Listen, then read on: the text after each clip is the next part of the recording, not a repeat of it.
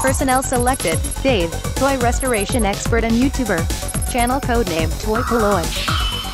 Welcome to toy-polloi. Hello and welcome to another video from toy-polloi, and in today's video we're going to be repairing this vintage M.A.S.K Manta vehicle. Now I recently picked this up at a toy fair. I bought it from Lawrence at Toy Planet UK, and it is actually in remarkably good condition considering how old it is, but there's a few little issues that I need to fix on it. The main one being that it doesn't have any stickers. Although this toy doesn't actually have a huge amount of stickers on it, without the ones that it should have, it looks a little bit plain. So I'm going to be sorting out making replacements of those, and the sort of transforming mechanism is a little bit flaky, so I want to take it apart and see if I can improve that, because it just doesn't work quite how it should do. In fact, getting the rear spoiler out is incredibly hard, so I'm hoping that we can sort of fix that. So anyway, let's get on with the project and see what we can fix. So here we go. Here is the Manta, and as you can see, it's in remarkably good condition considering how old it is. There's a few minor scratches on the front and it's a little bit dirty, but otherwise it's looking really rather good. But as I say, there's a sort of a few little issues with it. The main one being the stickers. There should be stickers on the front. There should be a number plate here. We should have stickers on the back. We should have lights, and there's stickers on the wings as well. But all of those are missing, so I'm going to have to recreate those. It shouldn't be too much of an issue. I found a scan of the original sticker sheet, so I'm going to use that and basically sort of redraw it from scratch, but we'll get onto that in a bit. These toys do transform. There are two buttons on the front, and as you press those, bits sort of fling out and it turns from a car into a plane. So if I press this button on the side, the wings will flip out, so that part works. You can see the front guns do extend as well, so we've got the guns on the front.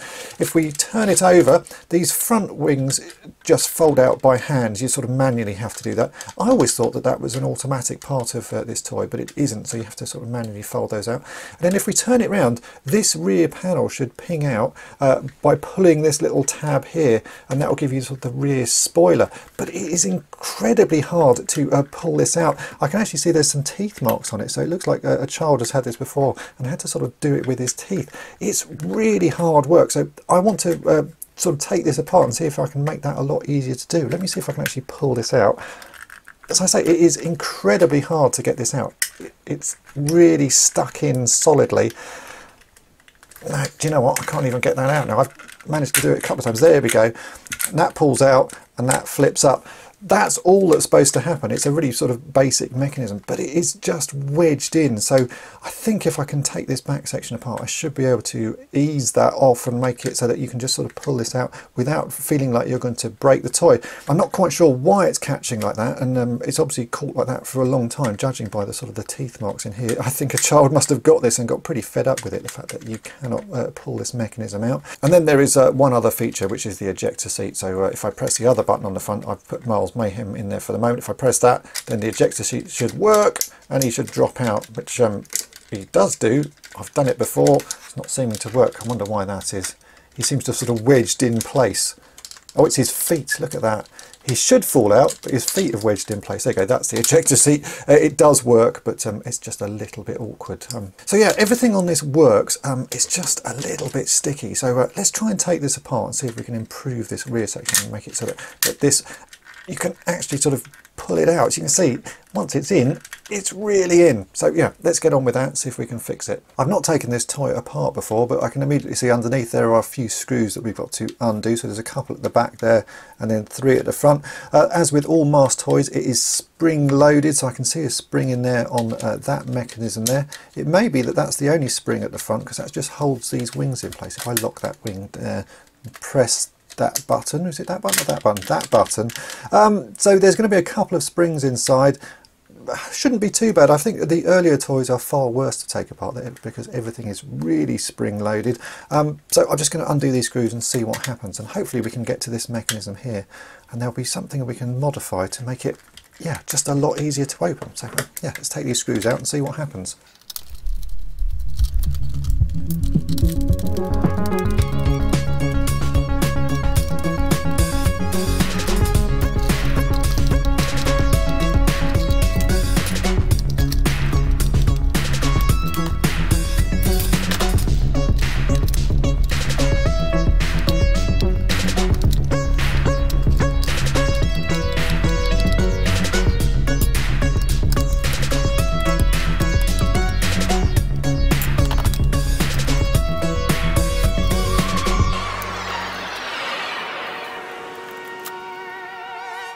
Okay, so I've now got the Manta apart, and it's always this part of the project that I really like because it's fascinating to see how these things are constructed. There's so many little pieces involved in getting these mechanisms to work, lots of buttons and springs, and these wings are spring loaded. There's a little coiled spring sort of on the underside of this to spring them back.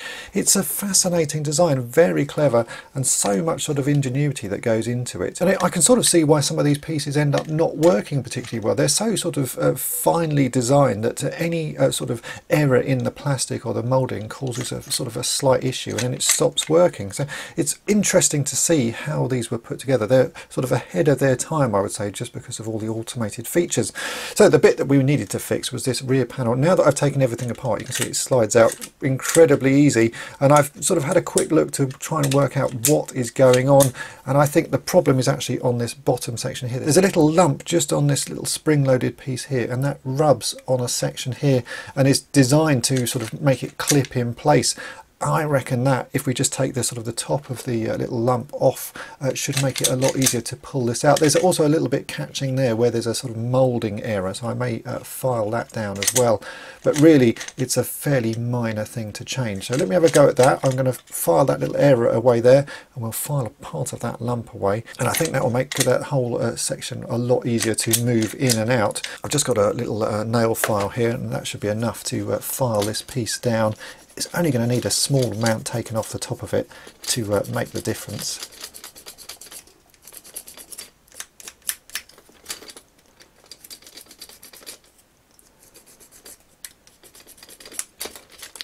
That's probably enough. And then, as I say, it's catching on this piece here. That's just a moulding error. I can see where part of the injection mould has sort of left a little tab. So I think if I just file that down as well,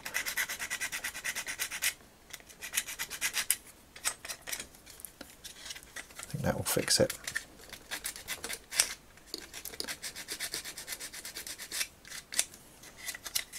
Okay, so the only way to test this is actually to put it back together. So I'll quickly put it back together. We'll see if it's working.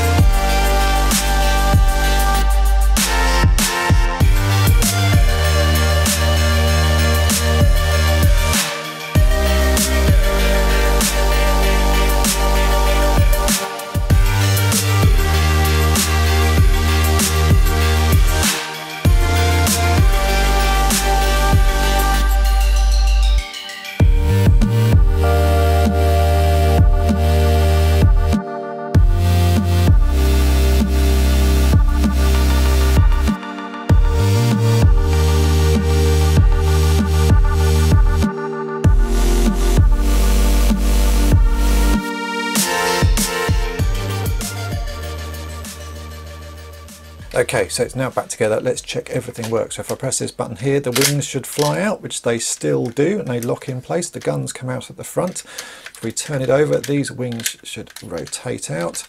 And then if I go around to the back of the vehicle, I should be able to pull this panel out a lot easier. Yeah, there you go, that pulls out and folds up. So that's a lot easier. It still locks in place, but it's no longer sort of impossible to get out. And we can also test the ejector seat, which I couldn't show you earlier because Miles Mayhem's feet were getting in the way. But if I press that, you can see the ejector seat pops out. So that is much better. Just need a slight modification to the little locking latch mechanism inside, and that's working a whole lot better. Now we need to sort out these stickers. And as I say, all the stickers are missing on this. I have found a scan of a sticker sheet, which is not the greatest quality, so what I'm going to do is I'm going to take that into Photoshop and I'm going to redraw it from scratch, because I think that way I will get the best version of the stickers possible. So let's go and do that, and while I'm doing that, I'm also going to give this a quick clean with a bit of hot soapy water just to get some of the grime off. But let's check out the Photoshop work.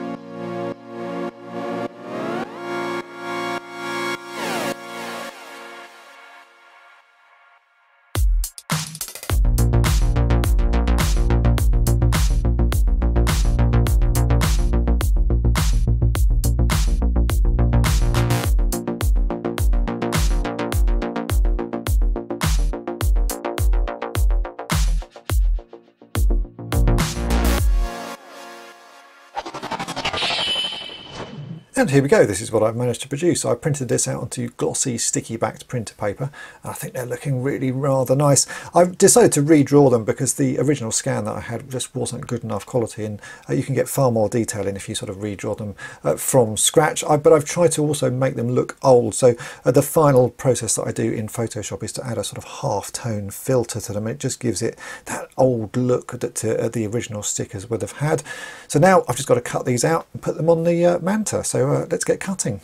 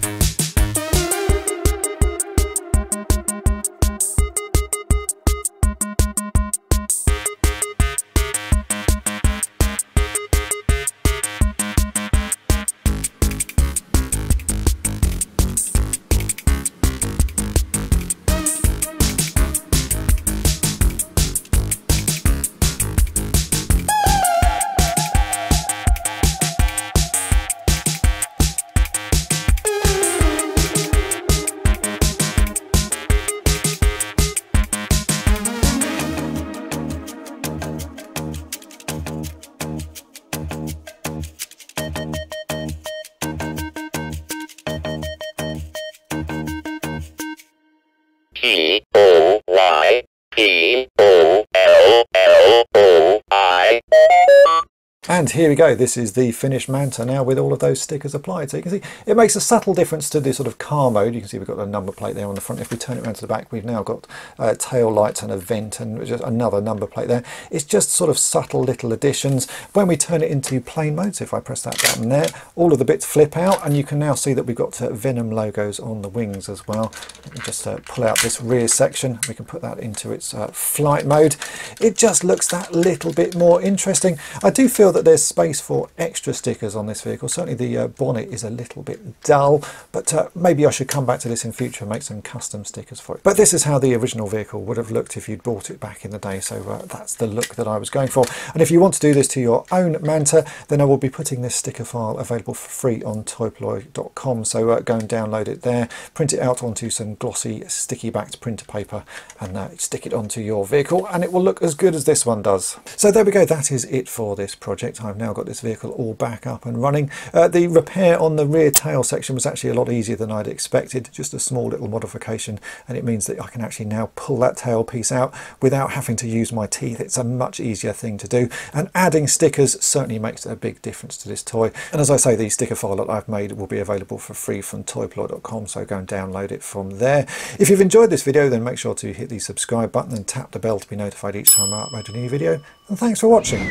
Thanks for watching Toy Polloi. Subscribe for more great videos. You can also follow Toy Polloi on Twitter, Facebook, and Instagram.